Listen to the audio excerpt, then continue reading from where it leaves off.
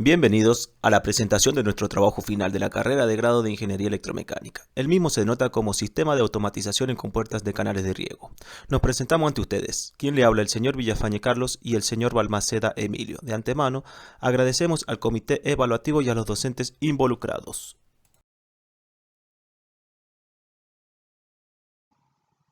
El objetivo de esta asignatura consiste en demostrar que nosotros somos capaces de generar una empresa que brinde soluciones ingenieriles, abocadas a los procesos de aforo del caudal de agua, en compuertas del sistema de canales de nuestra provincia. Puntualmente nuestros esfuerzos estarán abocados a implementar conocimientos adquiridos en la carrera, formular y evaluar el proyecto de inversión, mejorar la distribución del recurso hídrico, y por último, mejorar la actividad productiva agrícola.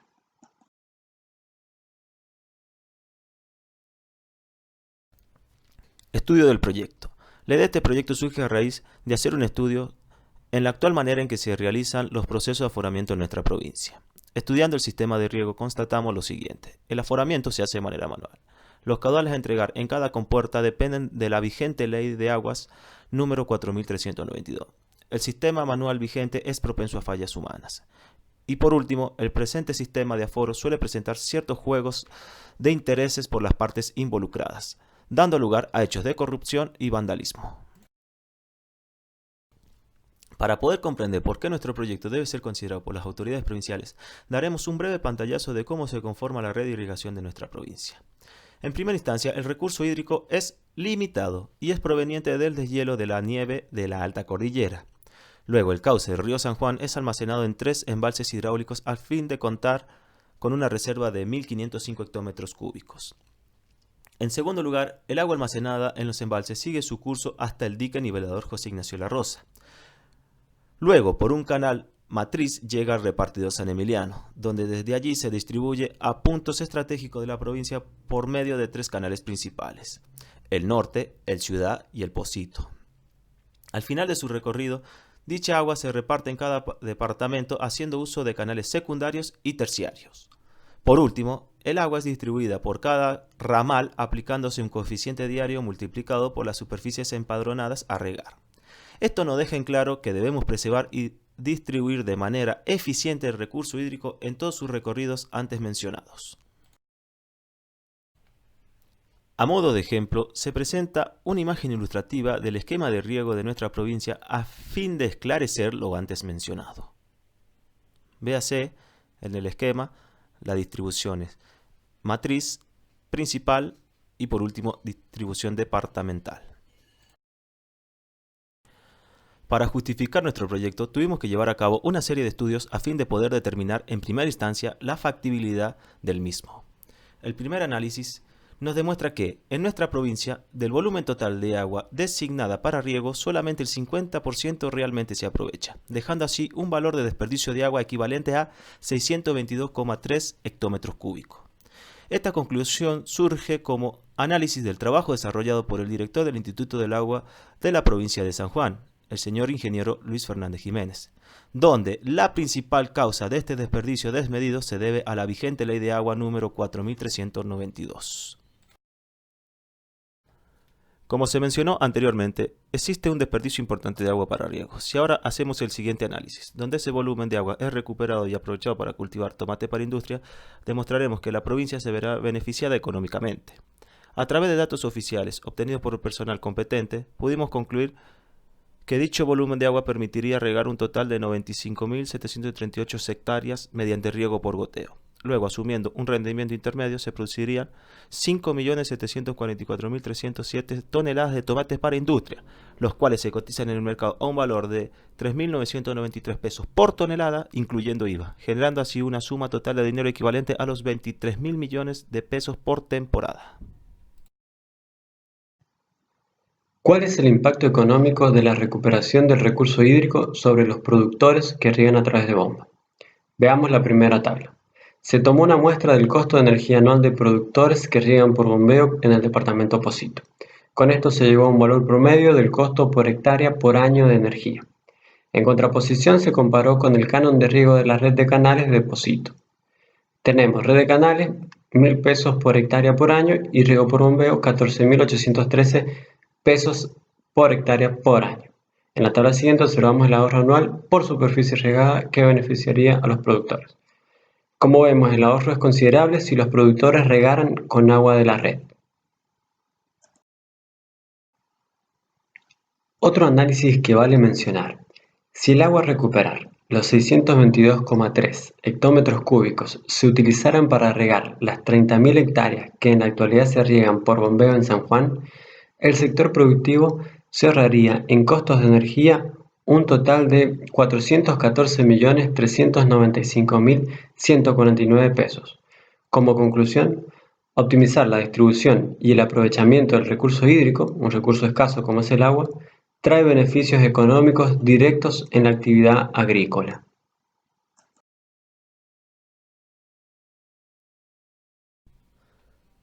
En las siguientes imágenes se puede ver cómo quedaría conformado nuestro mecanismo en lugar de destino. Se aprecia la presencia de la caja reductora, la torre metálica, junto con el tablero eléctrico y el panel solar.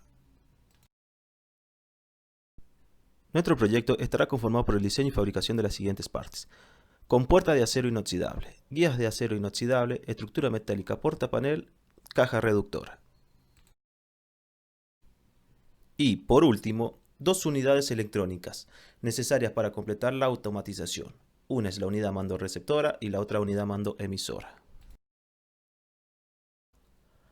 Se explicará cómo será el principio de funcionamiento de nuestro mecanismo. Primero, modo manual. El principio de funcionamiento es análogo al que se realiza en la actualidad por parte del celador, pero para que el mecanismo trabaje en este modo es necesario activar el mecanismo de desacoplo. Este modo se pondrá en práctica siempre y cuando se presente una falla mecánica o eléctrica que imposibilite el funcionamiento en modo automático. Segundo, modo automático. Es el principal objetivo de este proyecto, tratando de lograr que el proceso de aforamiento se lleve a cabo de manera automática sin interferencia humana y dejándose registros digitales de cada procedimiento. Para entender este funcionamiento, nos ayudaremos con el siguiente diagrama de flujo. Lo primero que hará nuestro mecanismo es pedirnos el valor del nuevo caudal. Luego calcular el caudal actual, comparar y verá si la acción a llevar a cabo es la de subir o bajar la compuerta. Todo se puede lograr gracias a la presencia de un microprocesador Arduino que ejecuta todos los cálculos necesarios. Por último, sistema de red integrada. La idea es que este proyecto sirva como punto de partida para que más adelante se arme una red que contemple el control automático de todas las compuertas de la red de irrigación, de manera que se deberá invertir mayor dedicación y esfuerzo para lograr el mismo. Nuestro proyecto responde de manera correcta para una sola compuerta e inclusive se autocompensa para cambio de variables hidráulicas, pero luego la idea es extender el mismo a un sistema de enésimas compuertas. Para ello, cada compuerta deberá controlar el caudal erogado, contemplando las variaciones de carga aguas arriba. Esto se tiene que cumplir tanto en el estado estacionario y transitorio de nuestro sistema, compuesto por los canales principales, las compuertas automatizadas y la compuerta del repartidor San Emiliano. Diseño y cálculos mecánicos. En esta sección expondremos el diseño de compuertas y guías, la selección del mecanismo de transmisión de potencia, como así también el diseño y armado de la caja reductora. Diseño de compuertas y guías. Se estudiaron las fallas que tienen las compuertas actuales y también los requerimientos que exige la modernización del sistema de control de caudales. Las premisas de diseño buscan traer solución a estos dos aspectos estudiados. Con acero inoxidable evitaremos la corrosión. Redujimos el espesor de la chapa y adicionamos viguetas que darán rigidez al conjunto, reduciendo así el peso de la compuerta. El diseño de la guía, un plegado de 8 golpes en chapa, facilita el montaje, evitando realizar grandes obras para su colocación.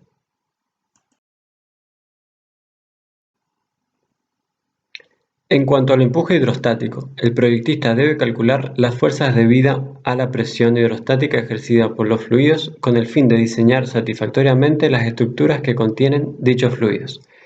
Las variables que entran en juego son el peso específico del fluido, el área de superficie que contiene el fluido y la profundidad del centro de presión.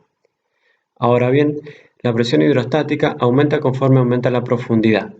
Es por esto que se procede a dividir a la compuerta en zonas que soporten un igual empuje, a fin de que las viguetas sean de iguales dimensiones. Se determinaron 5 zonas y por medio de la tabla de igual empuje encontramos la ubicación de cada vigueta. Una vez seleccionado el material y las dimensiones, el conjunto con puertas y guías se modeló en el programa Inventor Profesional. Este programa nos permite ensayar por métodos de elementos finitos las estructuras que están solicitadas a los esfuerzos.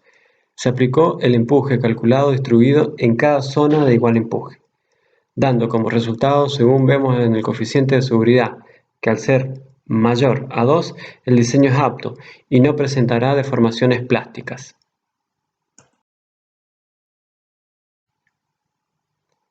En la instalación de las guías se puso especial énfasis en lograr una instalación ágil y rápida, que sea capaz de soportar la fuerza ejercida por el agua y que a su vez podamos aprovechar las instalaciones existentes, siempre y cuando éstas garanticen un correcto funcionamiento. Cada guía estará emplazada por medio de pernos de anclaje fijados con adhesivo epóxico de curado rápido, que se adhiere al concreto de las paredes laterales del canal.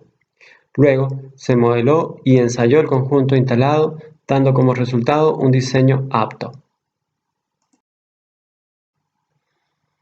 El mecanismo de transmisión de potencia lo definimos como los miembros componentes del sistema que dan movimiento a las compuertas. Estos son el motor, el conjunto de engranajes cónicos y el tornillo de potencia, el cual está solidario con la compuerta. Para levantar la compuerta se debe aplicar una fuerza que sea capaz de vencer las fuerzas opositoras a dicha acción. En nuestra configuración tenemos como fuerzas opositoras el peso de la compuerta y la fricción que existirá entre la compuerta y las guías, es decir, metal con metal. Luego, analizando el diagrama de cuerpo libre del tornillo e involucrando los parámetros físicos del mismo, calculamos el torque para subir la compuerta. Luego aplicamos un coeficiente de seguridad que prevé algún desperfecto que cambie las condiciones de normal funcionamiento. Antes de seleccionar el motor es necesario definir los parámetros de funcionamiento en los cuales el equipo operará. La carrera activa es el recorrido total que realiza la compuerta desde su posición de cierre hasta alcanzar la apertura máxima. El tiempo de operación, por las características del sistema de riego, no requiere una operación instantánea y esto permite seleccionar un motor de menor potencia. Según el paso del tornillo de potencia, la carrera activa y el tiempo de operación se define la velocidad de giro del tornillo. Para el cálculo de la potencia del motor se tiene en cuenta el torque de seguridad y los rendimientos de engranajes y rodamientos.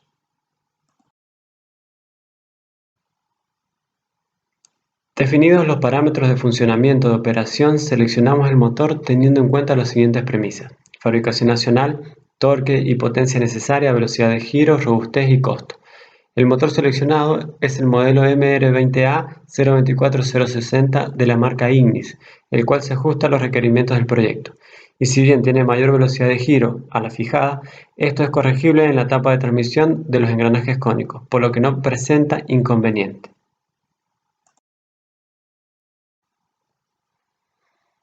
Los engranajes cónicos tienen la finalidad de cambiar la dirección del movimiento rotacional, del plano horizontal al plano vertical. Además, estos órganos reducirán la velocidad de rotación que entrega el motor hasta una velocidad aproximada a la definida. En cuanto a la selección del par de engranajes, se decidió utilizar engranajes cónicos prediseñados que en talleres de la provincia de Buenos Aires y Ciudad de Córdoba se pueden conseguir por catálogo. Como ventaja es su bajo valor de mercado, puesto que los talleres realizan producción en serie. Los engranajes fueron ensayados, arrojando como resultado un desempeño favorable. Debido a que la relación de transmisión de los engranajes no es la ideal, los parámetros de funcionamiento se redefinen, teniendo un tiempo de operación definitivo de 12 minutos. La velocidad de giro final es de 3,12 rpm, la potencia es de 0,027 hp y el estado de carga del motor alcanza el 66%. Cabe aclarar que el torque necesario para nuestro proyecto ya ha sido alcanzado directamente con el motor, pero con la etapa de reducción es más holgado, por lo que el margen de seguridad aumenta, y ante un suceso extraordinario tendremos mejor respuesta del sistema. La caja reductora es la unidad encargada de contener en su interior todos los componentes cinemáticos necesarios para lograr la automatización desde el punto de vista mecánico. El principal desafío que se nos presentó a la hora del diseño fue armar una sola unidad lista para ir a colocar en el sitio de destino, además de que la misma sea lo más compacta posible. En pantalla se aprecian las medidas finales. Para comprender mejor la conformación de la caja reductora, por favor, véase el video en la siguiente diapositiva. En este video se dejará en claro cómo se conforma la caja reductora. La misma consta de 90 piezas totales y 40 especies de piezas que incluyen tornillos, rodamiento, engranajes, sensores y piezas mecanizadas. La caja reductora está conformada por tres partes principales. En color azul, la caja reductora, donde están alojados todos los componentes cinemáticos que transmiten la potencia desde el eje del motor hacia el tornillo de potencia solidario a la compuerta. En color amarillo tenemos la caja de desacoplo, cuyo interior aloja el mecanismo de desacoplo. Y por último, en color gris, la caja de protección. Última parte del ensamble, la cual le confiere integridad completa a la caja, permitiendo así evitar el vandalismo, ya sea del motor o demás componentes cinemáticos. Para poder trabajar nuestro mecanismo de manera automática, se usa esta pieza, la cual tiene un desplazamiento hacia adelante o hacia atrás, en este caso derecha o izquierda. En esta posición el mecanismo está trabajando de manera automática, pero dado unas determinadas circunstancias el mecanismo va a tener que trabajar de forma manual, dado que puede presentarse una falla mecánica o eléctrica. Entonces el operario, que tendría que hacer, acá ir inserto un candado, destrabaría ese candado y desplazaría esta pieza hacia atrás, de manera tal que se desvincula el eje proveniente del motor con el eje que vincula al piñón de la caja de desacoplo. Allí se tendría acceso a través de esta manivela o palanca, la cual llevaría el operario, para poder girar ya sea en un sentido o en otro, ascender o hacer descender la compuerta y así aforar de manera manual el caudal requerido.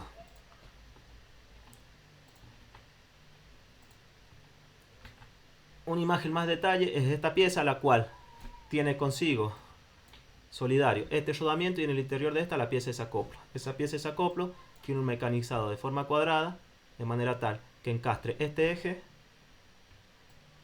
y este eje que viene de acá, proveniente desde la propia caja reductora.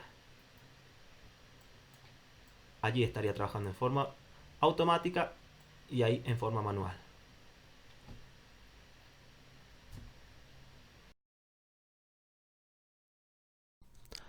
Dado que los sitios donde se encuentran las compuertas a automatizar están alejados de la red eléctrica, es necesario que nuestro mecanismo se autoabastezca desde una fuente de energía eléctrica no convencional.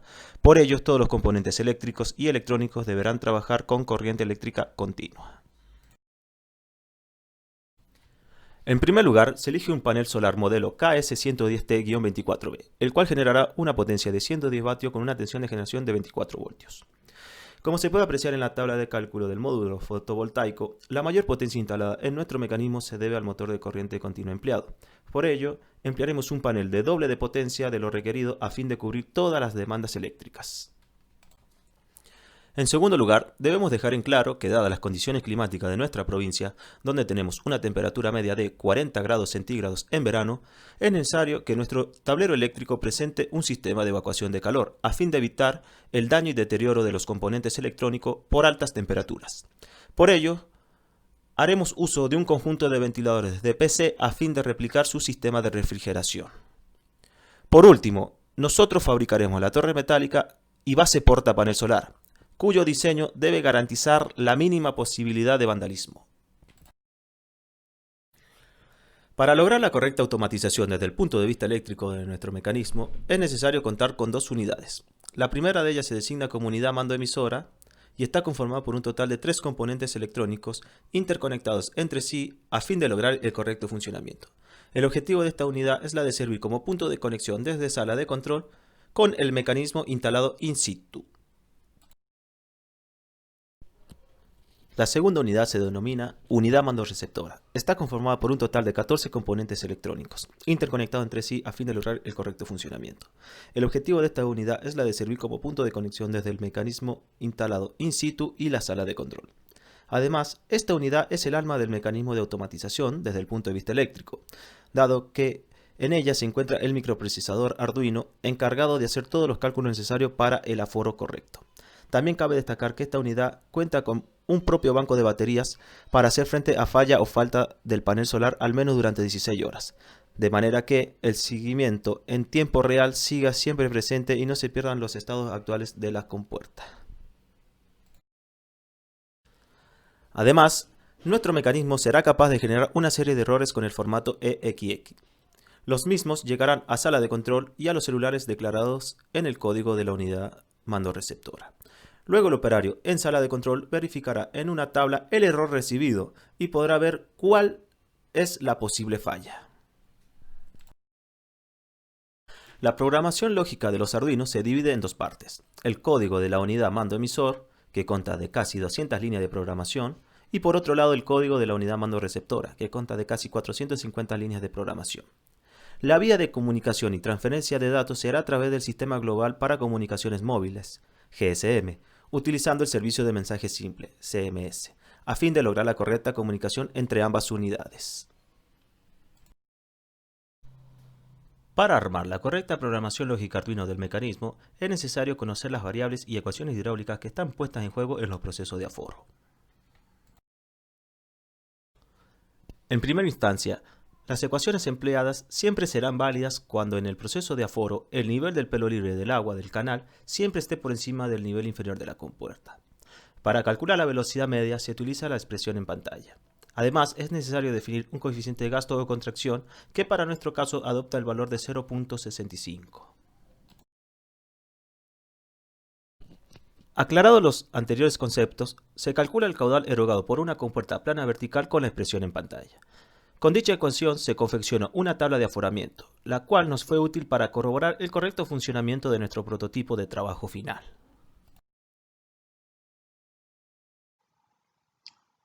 Análisis económico. En primera instancia determinaremos el flujo de caja de nuestro proyecto, el cual es la principal fuente de información para evaluar económicamente el mismo, y posteriormente a través de indicadores completaremos el estudio para sacar una conclusión respecto a la rentabilidad del proyecto.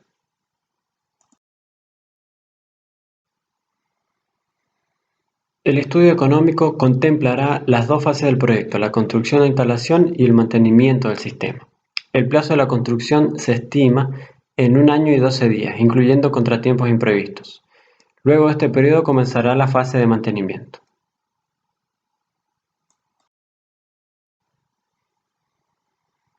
Construcción e instalación. Inversiones. Dentro de las inversiones se considera necesario incluir equipamiento, herramientas y también la adquisición de un terreno con la construcción de una nave industrial que tenga funcionalidad de taller metalúrgico, ensamblaje de elementos mecánicos, centro de operaciones, almacén de equipamiento, estacionamiento de movilidades. En los costos, se tendrá en cuenta los costos del proyecto completo, es decir, la instalación de 58 compuertas instaladas a lo largo de los 3 canales principales del Valle de Tulum. Vale aclarar que no se incluyen los impuestos. Se incluyen materiales, mano de obra, servicios, constitución de sociedad comercial y servicios contables. El precio está formado teniendo en cuenta los costos, inflación y ganancias, aunque también se analizó la ganancia directa e indirecta que el cliente tiene por la contratación del proyecto, siendo la ganancia del cliente siempre mayor que el valor del proyecto. Como techo del precio, se debe tener en cuenta la posible competencia que pueda ingresar al mercado. Costos impositivos del proyecto. Cuando generamos una actividad económica, según la legislación de Argentina, se debe cumplir con los siguientes impuestos: impuesto al valor agregado, impuesto a las ganancias e ingresos brutos. A partir de los ingresos, se determinan los impuestos a pagar, que serán considerados como costos.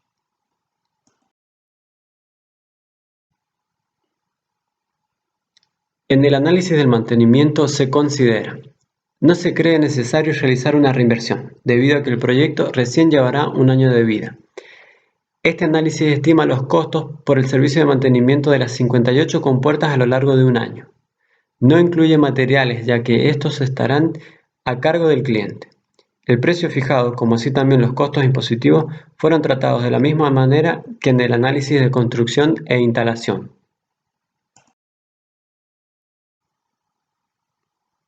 El flujo de caja hace referencia a las salidas y entradas netas de dinero que tiene una empresa o proyecto en periodos anuales. Analizamos ahora los indicadores BAN y TIR. Al ser el BAN mayor a 0, el valor actual de los cobros y pagos futuros de la inversión a la tasa de descuento elegida generará beneficios. Y según la TIR, el proyecto de inversión será aceptado. En este caso, la tasa de rendimiento interno que obtenemos es superior a la tasa mínima de rentabilidad exigida a la inversión. Como conclusión final, El proyecto es rentable.